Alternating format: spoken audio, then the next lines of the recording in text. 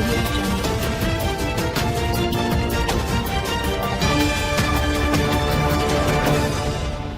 PM Modi के बाद अब राजनाथ सिंह भी रूस की विजय परेड में नहीं होंगे शामिल, इन्हें भेजने की तैयारी।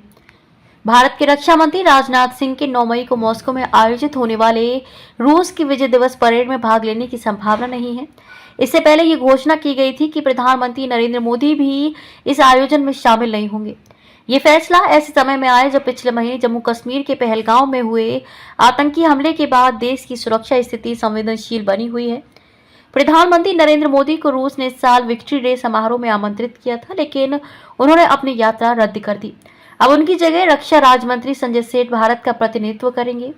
रूस की विक्ट्री डे परेड द्वितीय विश्व युद्ध में जर्मनी पर सोवियत संघ की जीत की 80वीं वर्षगांठ के तौर पर आयोजित की जा रही है। यह कार्यक्रम रूस की राष्ट्रीय शान का प्रतीक माना जाता है और इसमें कई वैश्विक नेता व सैन्य प्रतिनिधि हिस्सा लेते हैं। हालांकि रूस की ओर से प्रधानमंत्री मोदी की यात्रा रद्द करने के पीछे कोई आधिकारिक कारण नहीं बताया गया है, लेकिन सूत्रों के अनुसार 22 अप्रैल को पहलगांव में हुए आतंकी हमले के बाद सुरक्षा चिंताओं को देखते हुए ये फैसला लिया गया। गौरतलब है कि प्रधानमंत्री मोदी पिछले वर्ष 2 बार रूस की यात्रा पर गए थे।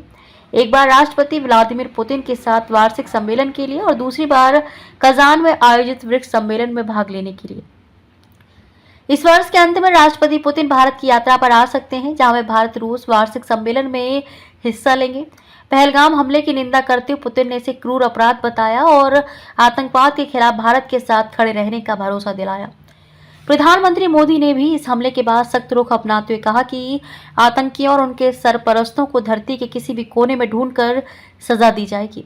मंगलवार को हुई उच्च स्तरीय सुरक्षा बैठक में पीएम ने सशस्त्र बलों को खुली छूट देने का आदेश भी दिया। इस बीच पाकिस्तान ने भारत पर संभावित सैन्य कार्रवाई का डर जताया है। इस बीच रूस ने कई मित्र देशों के नेताओं को इस परेड में आमंत्रित किया है, जिसमें चीन के राष्ट्रपति शी जिनपिंग भी शामिल हैं, जिन्होंने अपनी भागीदारी की पुष्टि की है। भारत और रूस के बीच दशकों पुराने सैन्य और रणनीतिक संबंधों के बावजूद मौजूदा भू राजनीतिक स्थिति ने भारत के इस निर्णय को प्रभावित किया है।